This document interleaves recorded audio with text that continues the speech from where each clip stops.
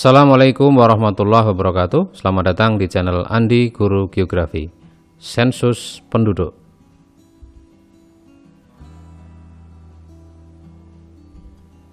Jumlah penduduk di suatu negara akan terus mengalami perubahan, baik bertambah ataupun berkurang.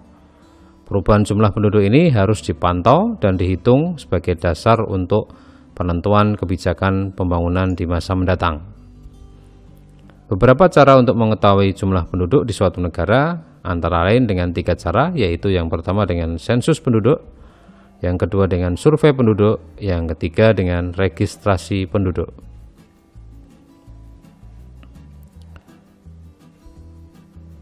Sensus penduduk merupakan perhitungan jumlah penduduk dalam suatu negara yang dilakukan oleh pemerintah secara menyeluruh dalam jangka waktu tertentu dan dilaksanakan secara serentak. Jangka pelaksanaan antar sensus di suatu negara berbeda-beda, tetapi berkisar antara 5 hingga 10 tahun sekali.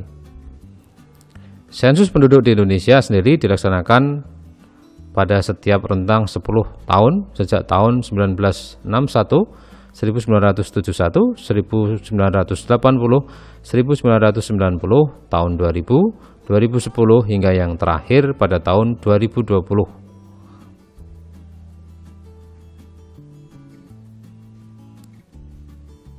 Pengambilan data sensus penduduk dilaksanakan secara serentak dan bersamaan serta dalam waktu yang terbatas.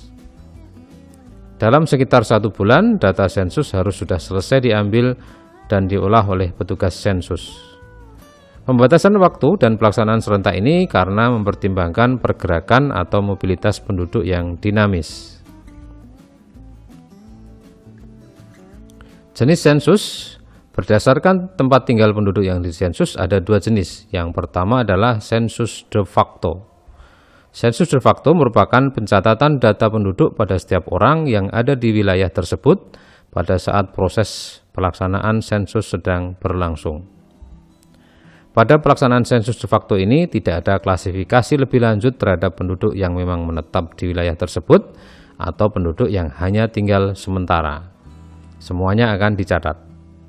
Berbeda dengan cara yang kedua atau jenis sensus yang kedua, yaitu sensus de jure.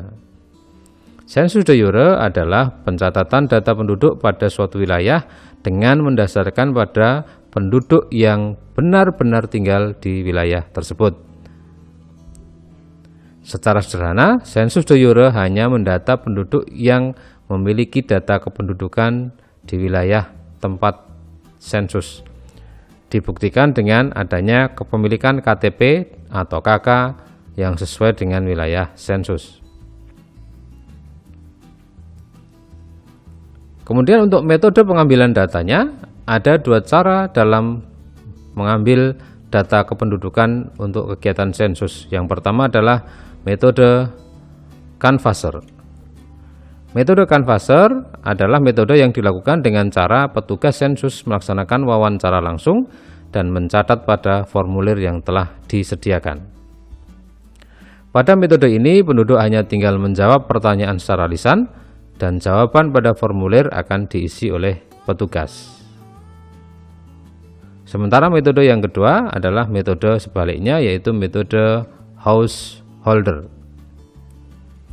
Metode ini dilakukan dengan cara penduduk mengisi sendiri formulir yang diberikan oleh petugas sensus. Pada metode ini, penduduk berperan lebih aktif dalam mengisi jawaban. Petugas tinggal memberikan bantuan pada pertanyaan tertulis yang kurang dipahami oleh penduduk. Sensus digunakan untuk menghitung jumlah penduduk yang nantinya akan dapat dimanfaatkan untuk kebijakan-kebijakan pembangunan di masa mendatang. Selain itu, ada juga manfaat sensus yang lain. Jadi yang pertama adalah manfaat sensus dapat digunakan untuk mengetahui perkembangan jumlah penduduk dengan mendasarkan pada data sensus pada tahun-tahun sebelumnya. Kemudian, sensus juga dapat digunakan untuk mengetahui tingkat pertumbuhan penduduk. Sensus dapat digunakan untuk mengetahui persebaran dan kepadatan penduduk. Misalnya di Indonesia diketahui pulau paling padat penduduknya adalah Jawa. Dari 270 juta penduduk di Indonesia, 56%-nya tinggal di Jawa. Sementara yang paling jarang adalah wilayah Papua dan Maluku dengan jumlah penduduk hanya sekitar 3,17% dari seluruh total penduduk Indonesia. Manfaat yang berikutnya adalah sensus dapat digunakan untuk mengetahui komposisi penduduk, baik umur, dari jenis kelamin, dari jenis pekerjaan, dalam status keluarga, maupun pendapatan. Sensus juga dapat digunakan untuk mengetahui arus migrasi penduduk, baik dari desa ke kota atau sebaliknya, antar pulau hingga keluar dari suatu negara. Sensus juga dapat digunakan sebagai dasar pemerintah dalam menerapkan kebijakan pembangunan. Misalnya pelaksanaan pembangunan sarana prasarana sosial yang sesuai dengan kebutuhan dan kondisi di daerah masing-masing. Baik, itu tadi adalah pengertian dari sensus penduduk, metode yang digunakan, jenis-jenis sensus, serta manfaat yang bisa diperoleh dari hasil kegiatan sensus penduduk. Sekian, terima kasih atas perhatiannya. Wassalamualaikum warahmatullahi wabarakatuh.